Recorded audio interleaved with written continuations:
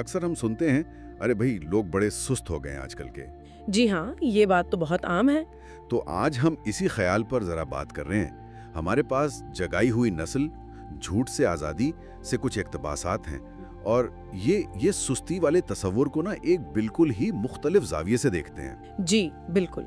और ये मवाद असल में चैलेंज करता है इस सोच को कि फर्द की कमजोरी बस उसी की अपनी वजह से है।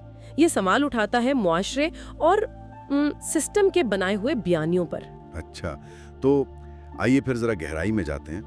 क्या ये वाकई सुस्ती है, या जैसा ये मवाद कह रहा है, ये असल में वो थकावट है जो मुआशरती दबाव और वो जो मुसलसल झूठ जहन में डाले जाते हैं उनसे पैदा होती है? बिल्कुल, ये समझना बहुत जरूरी है कि आखिर एक इंसान की तवानाई, उसकी एनर्जी जा कहाँ रही है। ये मवाद हमें दावत देता है कि जरा रुक कर सोचें कि ये जो मुआशरती तवक्कुआत हैं, ये जो बातें हैं, इनका हम पर असर क्या है। ठीक, तो इस माखज़ का एक जो बड़ा नुक्ता है वो ये है कि जिसे हम सुस्ती समझ बैठते हैं वो अक्सर एक गहरी, ज़हनी और जज्बाती किस्म की थकन है। माखज़ तो कहता है हम लेज़ी नहीं हैं, हम तो सिर्फ उन झूठों से थक चुके हैं जो हर रोज़ मीडिया, सोसाइटी और सिस्टम हमारे दिमागों में घुसाता है। ये तो वाकई सोचने वाली बात है कि शायद मसला तवानाई की कमी का है ही नहीं जी, बल्कि उसके गलत इस्तेमाल का है। हाँ, कि वो खर्च कहाँ हो रही है। और देखें, आजकल इस थकन को बढ़ाने में टेक्नोलॉजी का भी तो कितना बड़ा हाथ है। जैसे मवाद में जिक्र है ना कि सुबह उठते ही फोन का एल्गोरिदम चीखता है, दूसरों को देखो वो क्या कर रहे हैं। ओह हाँ, वो मुसलसल मुवाजना। जी, ये जो मुस्तकिल मुवाजना है और मालूमात का जो सैलाब है, ये ज़हनी सुकून छीन लेता है। और माखज़ ये भी कहता है कि असल प्रोडक्टिविटी यानी नतीजा खेजी वो तो तभी मुमकिन है जब दिमाग आज़ाद हो। सही। जब जहन हर वक्त इसी फिक्र में हो कि कोई क्या कहेगा, मुझे कैसे जांचा जा रहा है, तो वो आज़ाद कैसे होगा। और इस टेक्नोलॉजी के दबाव के साथ साथ वो जो माशरा है वो खुद भी तो एक तरह का एहसास जुर्म पैदा करता रहता है ना। बिल्कुल। माखज़ में ये बात मुझे बड़ी दिलचस्प लगी कि माशरे की डिफ़ॉल्ट सेटिंग ही जैसे गिल्ट है। मतलब? जी, आराम करो तो फौरन लेबल लग जाता है, अरे ये तो सुस्त है।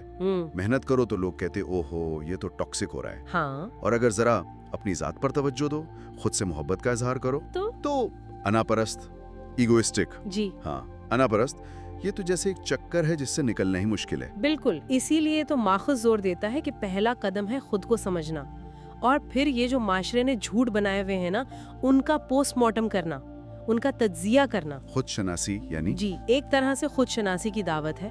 और दिलचस्प बात यह है कि माखज़ के मुताबिक जब कोई फर्द इस सिस्टम को चैलेंज करता है, मतलब वो कुर्बानियां देने से इनकार करता है जो सिस्टम मांगता है, तो वही सिस्टम उस पर लेबल लगा देता है। क्या लेबल? कि ये तो गुमराह है, ये सुस्त है, ये नाकाम है। अच्छा, तो मतलब सारी गुफ्तगू से जो एक तस्वीर बन रही है वो ये कि असल मसला शायद हमारी अंदरूनी सुस्ती ही नहीं।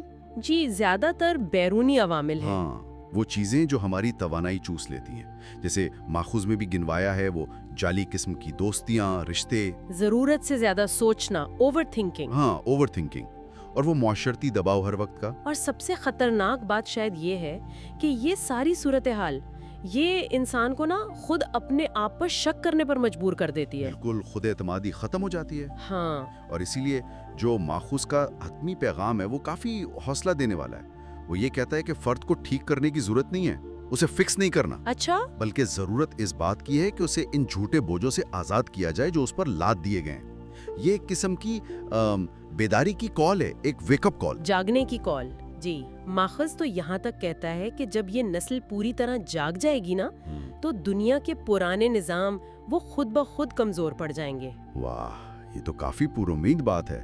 तो अगर हम इस सारी बातचीत का खुलासा करें तो अहम नुक्ता ये निकलता है कि जिसे हम अक्सर अपनी जाती कोताही या सुस्ती समझ लेते हैं, जी, वो दरहकीकत मुआशरती दबाव, गलत किस्म की बातों और वो जो मुस्तकिल मुवाजने का माहौल है उसमें रहने की वजह से पैदा होने वाली शदीद थकावट हो सकती है। बिल्कुल।